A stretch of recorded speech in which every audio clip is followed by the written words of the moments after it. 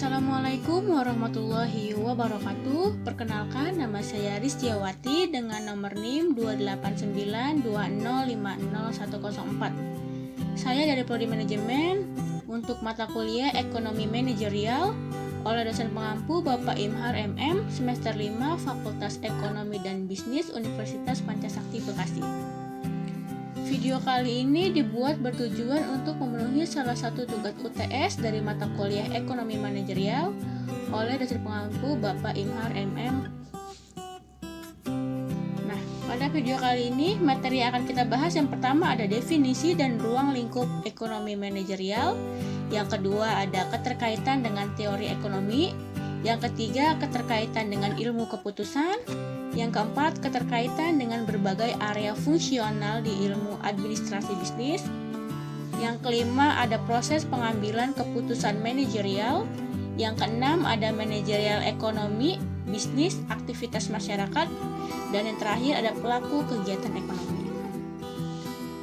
Definisi dan ruang lingkup ekonomi manajerial.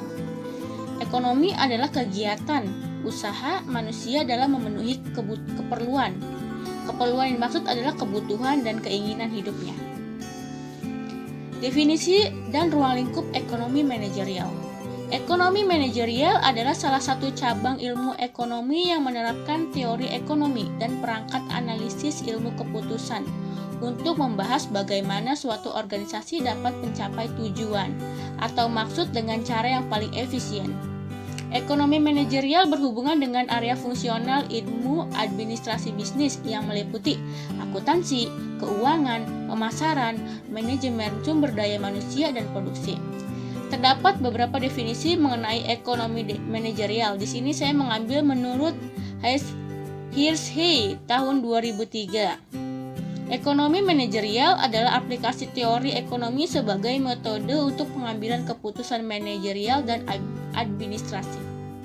Yang kedua, menurut Cat tahun 2000. Menurut Cat, ekonomi manajerial adalah ilmu ekonomi dan seni tentang bagaimana mengorganisir dan mengalokasikan sumber daya perusahaan yang terbatas untuk mencapai tujuan yang telah ditentukan.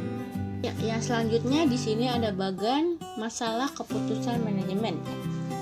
Yang pertama ada dari teori ekonomi, yang kedua ada ilmu keputusan atau matematika ekonometri. Selanjutnya bertemu menjadi ekonomi manajerial, di mana aplikasi teori ekonomi dan peningkatan ilmu keputusan untuk memecahkan masalah keputusan manajerial. Selanjutnya terbentuklah solusi optimum untuk masalah keputusan manajerial.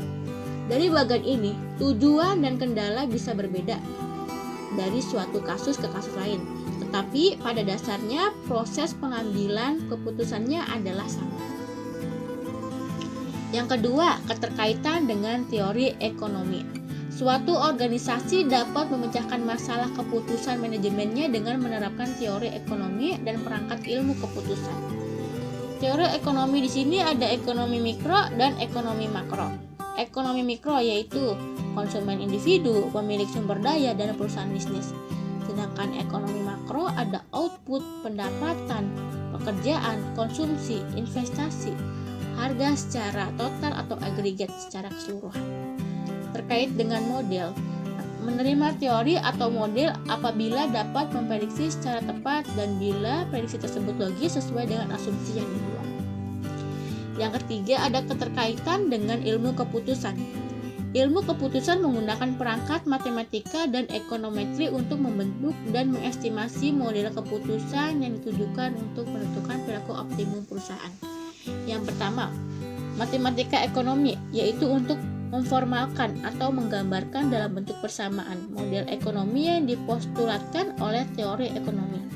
Yang kedua, ekonometri, menerapkan peralatan statistik atau analisis regresi pada dunia nyata untuk mengestimasi model yang dipostulatkan oleh teori ekonomi dan untuk peramalan.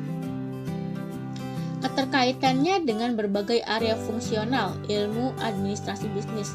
Area fungsional ada akuntansi, keuangan, pemasaran, manajemen sumber daya manusia, dan produksi.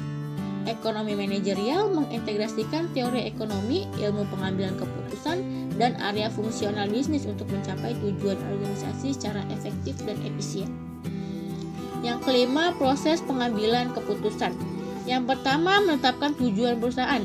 Selanjutnya, mengidentifikasikan permasalahan yang dihadapi perusahaan dalam usaha mencapai tujuan tersebut. Selanjutnya, mengidentifikasikan solusi berbagai solusi. Yang selanjutnya, memilih solusi terbaik dari solusi-solusi yang tersedia. Dan yang selanjutnya, mengimplementasikan keputusan tersebut. Yang keenam, manajerial, ekonomi, bisnis, dan aktivitas masyarakat. Yang pertama, ekonomi manajerial dan bisnis.